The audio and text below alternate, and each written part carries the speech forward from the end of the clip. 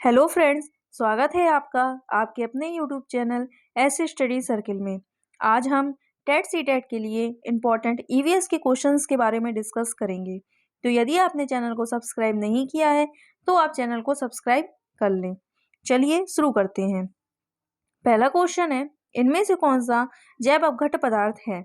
तो plastic, polythene, शीशा, ये तीनों ही जैव अपघट्य पदार्थ नहीं है। तो इसका आंसर हो जाएगा ऑप्शन डी, इनमें से कोई नहीं, क्योंकि जैव अपघट्य पदार्थ वे पदार्थ होते हैं जो आसानी से नष्ट हो जाते हैं, जबकि जो प्लास्टिक, पॉलीथीन, शीशा होता है ये तीनों ही नष्ट नहीं होता है। अगला क्वेश्चन है, देचीगम राष्ट्रीय उद्यान है, तो यह उद्यान जम्मू कश्मीर में है। इसकी स्थापना 1981 में हुई थी।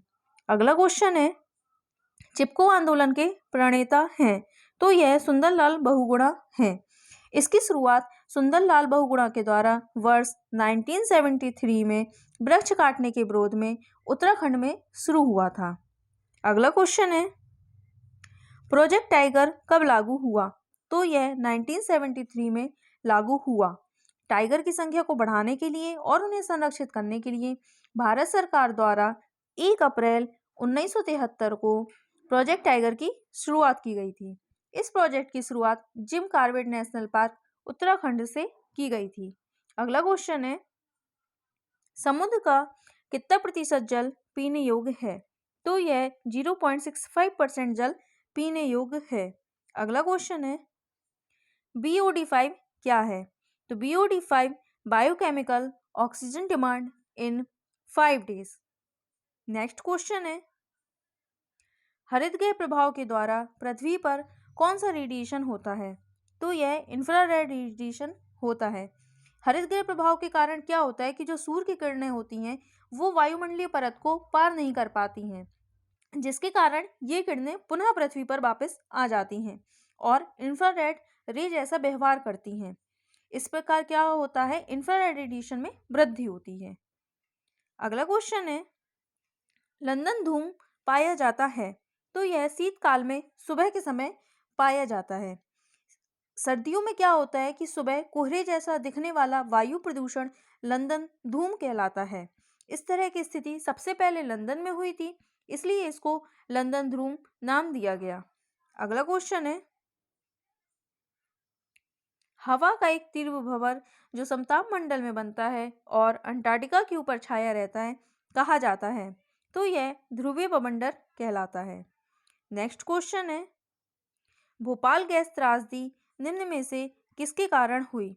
तो यह मेथिल आइसोसाइनेट के कारण हुई और यह घटना 1984 में घटित हुई और यह गैस बहुत ही हानिकारक और विषैली गैस होती है। नेक्स्ट क्वेश्चन है, श्वेत फेफड़ा कैंसर होता है, तो ये टेक्सटाइल से होता है। टेक्सटाइल कंपनियों में क्या होता है, जो मजदूर काम करते हैं उनके फेफड़ों में रुई के छोटे छोटे कण सांस के द्वारा जमा हो जाते हैं, इसे ही हम श्वेत फेफड़ा कैंसर कहते हैं। नेक्स्ट क्वेश्चन है, इतिहास में पहली परमाणु दुर्घटना हुई, तो यह घटना 6 अगस्त 1945 को हुई। ये घटना द्वितीय विश्व युद्ध के दौरान हुई थी, जब अमेरिका ने जापान के शहर हिरोशिमा पर परमाणु बम गिराया था। अगला क्वेश्चन है, सुप्रीम कोर्ट ने पर्यावरण और वन मंत्रालय को कब यह आदेश दिया कि ताजमहल के क्षेत्र में हरित क्षेत्र विकसित किया जाए? तो यह 1994 में आदेश दिया गया था। ताजमहल के आसपास के क्षेत्रों में औद्योगिकरण बढ़ने से वायु प्रदूषण और अम्ल वर्षा के कारण ताजमहल पर धब्बा पड़ने लगा और उसकी दीवारों पर विपरीत प्रभाव पड़ने लगा। इसको देखते हुए सुप्रीम कोर्ट ने यह आदेश दिया कि हरित क्षेत्र विकसित किया जाए। नेक्स्ट क्वेश्चन है, सांत घाटी को जिस राष्ट्रीय पार्क का दर्जा प्राप्त है स्थित है, तो यह केरल राज्य में स्थित है। यह स्थल विविधता का प्रमुख स्थल है। नेक्स्ट क्वेश्चन है,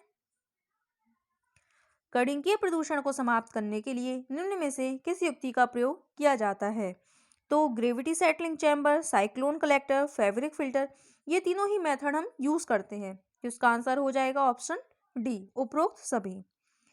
नेक्स्ट है, ध्वनि प्रदूषण नियम 2001 निर्देशित करता है, तो यह लाउड स्पीकर के द्वारा ध्वनि प्रदूषण और किसी सभा में तेज ध्वनि के कारण स्पीकर का प्रयोग, ये दोनों ही नियम 2001 निर्देशित करता है? तो इसका आंसर हो जाएगा ऑप्शन डी, बी और सी। नेक्स्ट क्वेश्चन है, पौधे और जंतु की संकटग्रस्त प्रजातियों को प्रदर्शित करने के लिए IUCN ने निम्न पुस्तक तैयार की है। तो यह जो पुस्तक है ये है रेड डाटा बुक। इस पुस्तक में पौधों और जंतुओं की संकटग्रस्त प्रजातियों को प्रदर्शित किया जाता है और IUCN का फुल फॉर्म होता है international union for conservation of nature और इसका प्रारंभ 1964 में हुआ था। नेक्स्ट क्वेश्चन है, विश्नोई संप्रदाय स्थापित किया गया था? तो यह गुरु जम्मेश्वर के द्वारा स्थापित किया गया था। तो फ्रेंड्स, आज ये वीडियो यहीं पर समाप्त करते हैं। यदि आपको वीडियो पसंद आई हो तो आप वीडियो को लाइक एंड शेयर जरूर करें और चैनल को भी सब्सक्राइब कर लें। Thanks for watching.